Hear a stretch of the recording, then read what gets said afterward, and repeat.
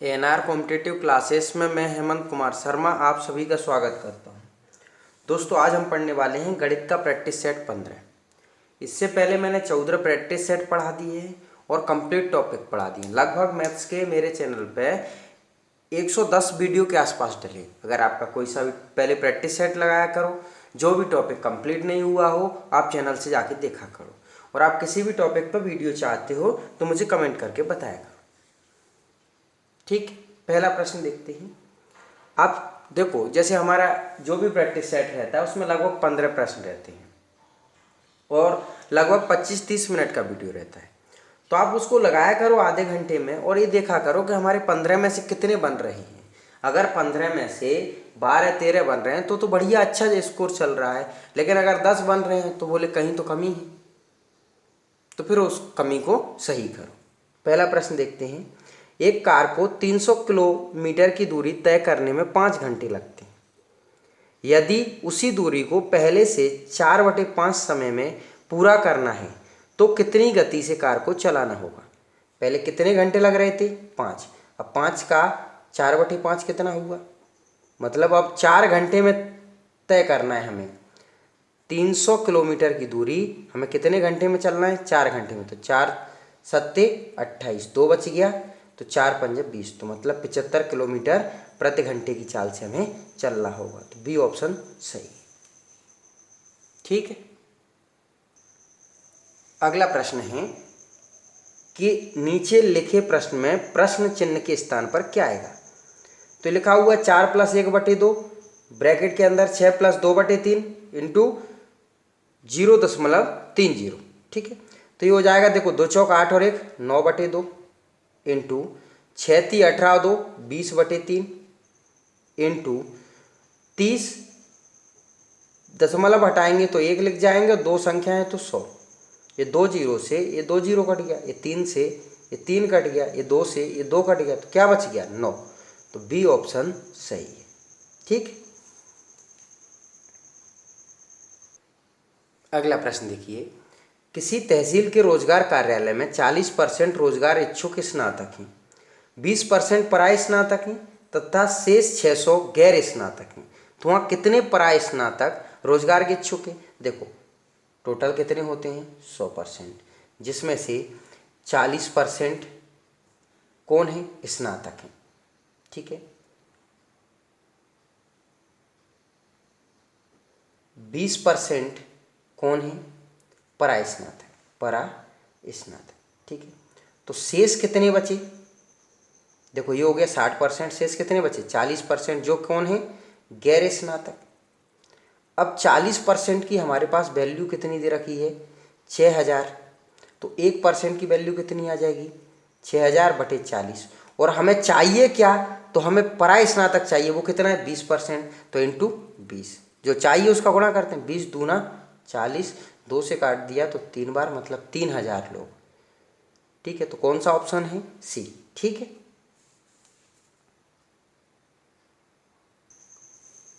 अगला प्रश्न देखिए, काफ़ी अच्छा प्रश्न है। रंग की कीमत 120 रुपये प्रति किलोग्राम है। 1 किलोग्राम रंग 25 वर्ग फुट को रंग सकता है। जब 10 फुट प्रत्येक भुजा वाले कमरे की चारों भीतरी दीवारें तथा भीतरी छत की रंगीन की जानी है तो कितनी लागत आएगी। ठीक है, देखो क्या पूछा? चारों भीतरी दीवारों को रंगना है और छत को रंगना है। ठीक है, तो देखो कमरे की चारों दीवारों का क्षेत्रफल होता है 2 लंबाई प्लस चौड़ाई इंटू ऊंचाई। अब उसने बोल रखा है कि प्रत्येक भुजा 10 की है, तो मतलब 2 10 + 10 इंटू 10। ये कितना हो जाएगा? 2 इंटू 20 इंटू 10, तो ये हो जाएगा 400। ठीक है, कितना हो गया? 400 वर्ग फुट। अब छत, तो छत कैसी रहती है? मतलब लंबाई गुणे चौड़ाई, छत का क्षेत्रफल इतना आ जाएगा। तो 10 इंटू 10 बराबर टोटल कितना हो गया? 100 वर्ग फुट। मतलब ये 400 और 100 कितना हो गया? 500 वर्ग फुट। ठीक है, अब देखो 1 किलोग्राम 25 वर्ग फुट को रंग रहा है, तो हम 500 में 25 से भाग दे दें तो 25 दूना 50। ठीक है, मतलब हमें कितने किलोग्राम की ज़रूरत है? 20 किलोग्राम की। अब 20 इंटू 1 किलोग्राम की कीमत है 120, तो 12 दूना 24, तो कितने रुपए लगेंगे? 2400। ठीक है, तो सी ऑप्शन सही।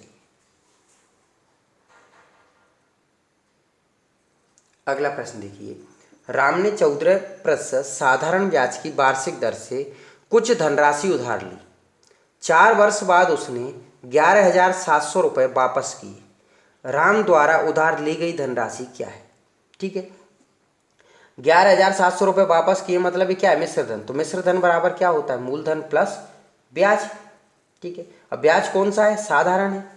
मिश्र धन कितना है? 11,700। मूलधन तो मूलधन ही हो। ब्याज का फॉर्मूला क्या होता है? मूलधन गुणित दर कितनी है? 14 गुणित समय कितना दे रखा है? 4/100।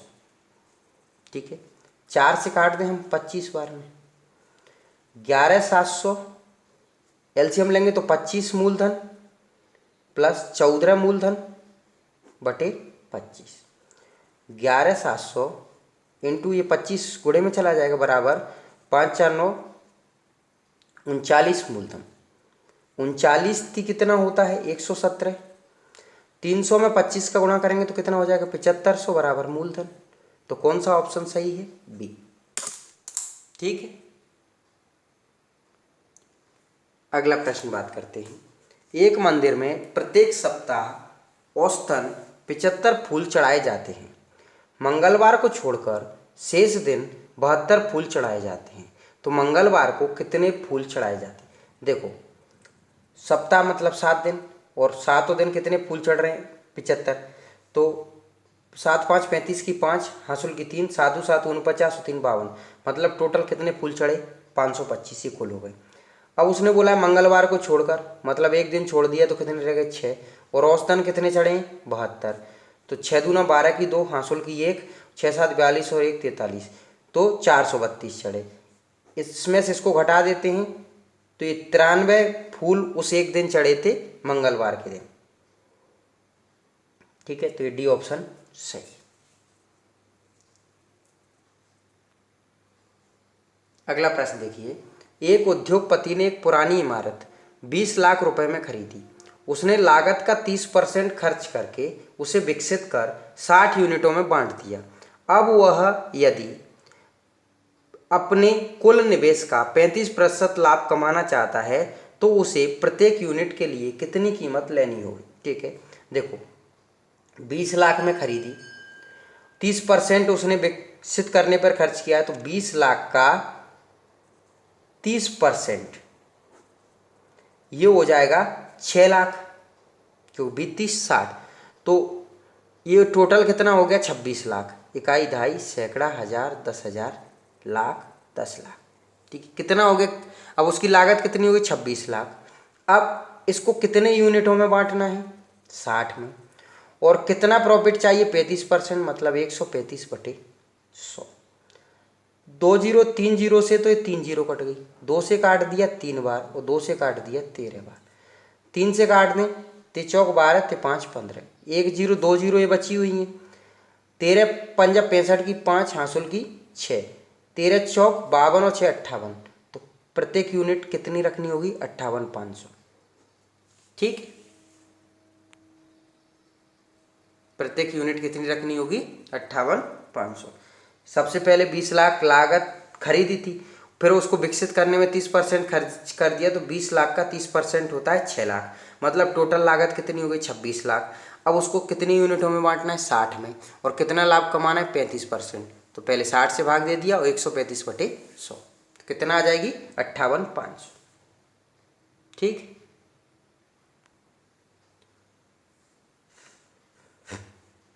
अगला प्रश्न देखिए, नीचे दिए गए समीकरण में प्रश्न चिन्ह के स्थान पर क्या आएगा? 7 का 65%, मतलब 7 इंटू 65/100 प्लस 3 का 35% बराबर 56 का x%। ठीक है, एलसीएम ले लें तो कितना आ जाएगा? यहाँ से 100 बराबर यहाँ भी कितना है? 56 इंटू x/100, तो 100 से 100 कट जाएगा। 7 का 65 में गुणा करते हैं तो 7 5 35 की 5 हासुल की 3, 7 6 42 और 3 45, 455 हो गया। 5 3 15 की 5 हासुल की 1, 3 3 9 1 10, 105 हो। ये तो कट ही गया। अब 5 और 5 10 की 0 हासुल की 1, 5 और 1 6, 4 1 5, 560 बराबर 56 इंटू एक्स। तो 56 से कट गया 10 बार में, तो 10 बराबर एक्स। तो बी ऑप्शन सही है। ठीक। अगला प्रश्न देखिए, काफ़ी अच्छे लेवल का प्रश्न है। 100 पेजों की एक रिपोर्ट 3 टाइपिस्टों द्वारा टाइप की जाती है। टाइपिस्ट ए 10 घंटे में 100 पेज टाइप करना है तथा बी एवं सी उतने पेज अलग अलग क्रमशः 20 घंटे तथा 25 घंटे में टाइप कर सकते हैं। ए 10 घंटे में 100 पेज टाइप कर सकता है और बी 20 घंटे में 100 पेज टाइप कर सकता है और सी 25 घंटे में टाइप कर सकता है। सभी ने 9 बजे सुबह काम करना प्रारंभ किया तथा ए ने 1 बजे दोपहर को काम करना बंद कर दिया। बी व सी करीब कितने बजे पूरी रिपोर्ट टाइप कर दें? ठीक है, देखो ए 10 घंटे में 100 पेज टाइप करता है, मतलब 1 घंटे में कितने करता है? 10। ठीक है। बी 20 घंटे में 100 पेज टाइप करता है, मतलब 1 घंटे में कितने करता है? 5। 20 पंजे 100। सी 25 घंटे में 100 पेज टाइप करता है, मतलब 1 घंटे में कितने हो गए? 25 चौक 100। ठीक है। अब देखो ए 1 बजे बंद, 9 बजे से शुरू हो रहा है काम, ठीक है, और ए ने 1 बजे बंद कर दिया, तो 9 से 10 11 12 1 4 घंटे हो गए। ए ने कितने घंटे काम किया है? 4 घंटे। अब 1 घंटे में वो 10 पेज टाइप करता, तो 4 घंटे में कितने कर दिए? 40। अब 40 पेज तो किसने टाइप कर दिए? ए ने। अब बचे कितने? 60। अब बी और सी की बात करें अब हम, ठीक है, बी और सी करीब कितने? तो देखो बी और सी 1 घंटे में कितना कर रहे हैं? देखो 1 घंटे में 5 और 1 4, तो बी और सी 1 घंटे में 9 कर रहे हैं। हमें 60 करवाना है, तो जैसे 2 घंटे में कितना हो जाएगा? 18। 60 तक जाना है हमें, तो 3 घंटे में 27, 4 घंटे में 9 का पहाड़ा पढ़ते जाओ, 9 चौक 36, 5 घंटे में 9 पंजा 45 और 6 घंटे में 9 6 54। 7 घंटे में तो ज़्यादा हो जाएगा, 9 7 63 हो जाएगा, लेकिन हमें 60 ही। ठीक है। अब 6 घंटे में इन्होंने 54 टाइप कर दिए, बचा कितना है? 6। अब 6 घंटे हो गए, 9 बजे से 6 घंटे कितने बज गए? 4 घंटे पे तो 1 बज गया और 6 घंटे पे 3 बज गए। कितने बज गए? 3 बज गए। अब बचा कितना है? 6, और वो 1 घंटे में कितना टाइप करते हैं? 9। तो 6 टाइप करना है और वो 1 घंटे में 9 टाइप करते हैं, इंटू मिनट में बदल देते हैं अब घंटे को 60। तो 3 से काट दिया 3 बार और 3 से काट दिया 20 बार और 3 से काट दिया 2 बार, तो 20 दूना 40 मिनट और लग जाएंगी। कितने मिनट लग जाएंगी? 20 दूना 40 मिनट। ठीक है। 3 बज गए थे, 40 मिनट और लग गई, तो क्या आंसर हो जाएगा? 3 बजकर 40 मिनट। ये सी ऑप्शन। बिल्कुल ध्यान से करना, बहुत अच्छा क्वेश्चन। ठीक। अगला प्रश्न देखिए, 3 संख्याओं का योग 174 है। दूसरी तथा तीसरी संख्या का अनुपात 9:16 है और पहली तथा तीसरी का अनुपात 1:4 है। तो दूसरी संख्या क्या है? देखो हम जैसे अनुपात बनाने के लिए उस संख्या को बीच में लिखते हैं जो दोनों में कॉमन हो। तो यहाँ तीसरी कॉमन है और यहाँ तीसरी कॉमन है, तो हमने पहले ये लिख लिया कि पहली और तीसरी का अनुपात कितना है? ठीक है, 1:4। अब बची कौन सी है? दूसरी। तो ये दूसरी और तीसरी का है और यहाँ पर लिखा है तीसरी और दूसरी, तो इसको लिख लेते हैं पलट के। तो तीसरी और दूसरी का कितना है? 16 और 9। तो ये कितना हो जाएगा? 16 एकम 16। इसका इसमें गुणा करते हैं, इसका इधर करेंगे तो 16 चौक 64 और इसको लास्ट में पलट के करते हैं तो 9 चौक 36। 4 चौक 16, 4 16 64 और 4 नाम 36। तो ये इनमें अनुपात हो गया। टोटल कितना है? 174। निकालना किसके लिए? दूसरी के लिए। दूसरी का अनुपात कितना है? 9। टोटल कितना हो गया? 16 और 4 20 और 9 29। ठीक है।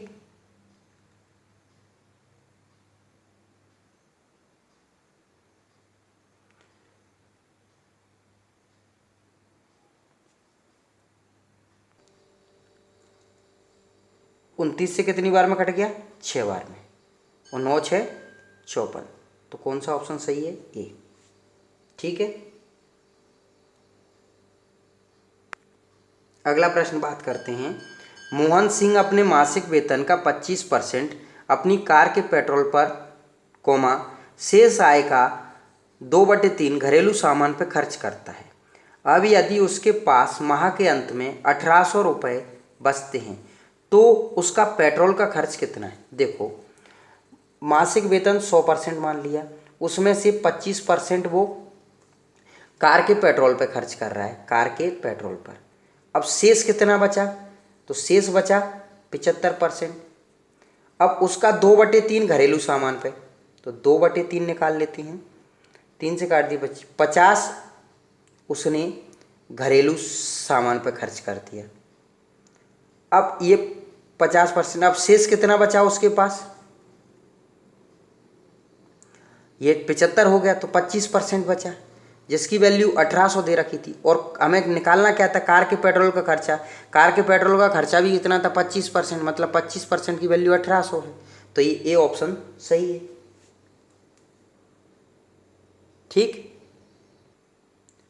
अगला प्रश्न देखिए, नीचे लिखी अंक श्रृंखला में वह संख्या ज्ञात कीजिए जो अनुपयुक्त है।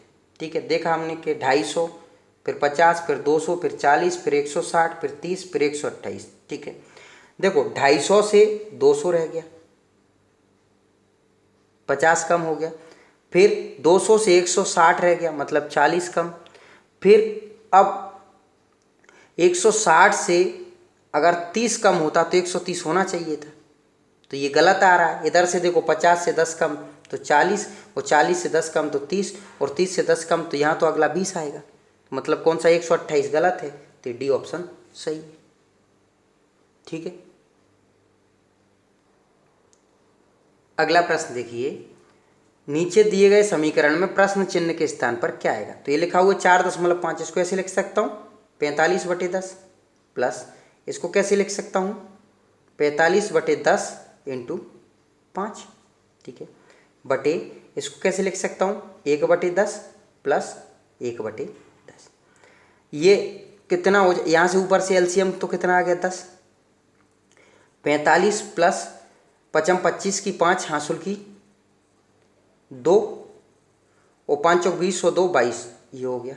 बटे नीचे से कितना हो जाएगा 2/10, एलसीएम ले लेंगे 10, ये 10 से तो ये 10 कट गया। ठीक है, ये कितना हो जाएगा 5 और 5 10 की 0 हासिल की 1, 4 और 2 6, 260। अब 200, कहीं गलती होगी क्या?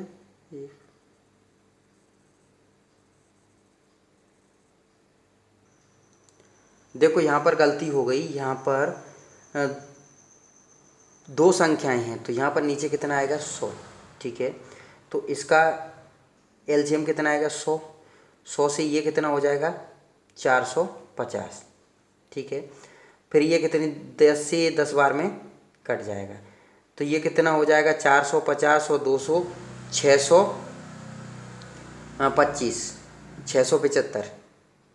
450 में 225 जोड़ेंगे तो 675 हो जाएगा, और 10 में 2 का गुणा हो जाएगा, तो बटे कितना हो जाएगा 20।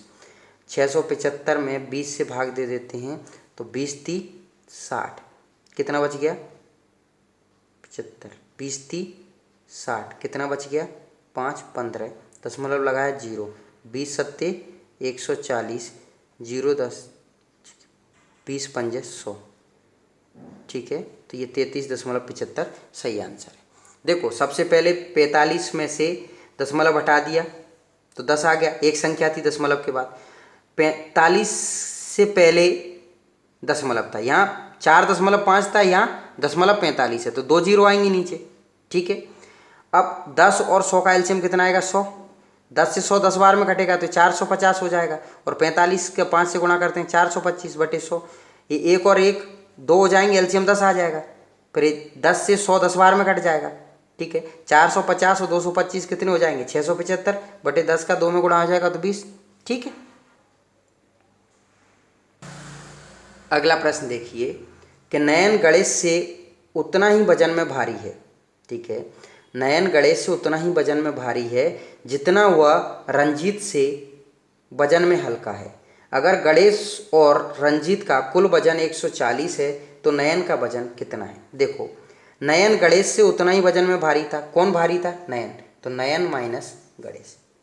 ठीक है, आगे बोला जितना वह रंजीत से हल्का था, तो रंजीत माइनस नयन। रंजीत से हल्का है, गणेश से भारी।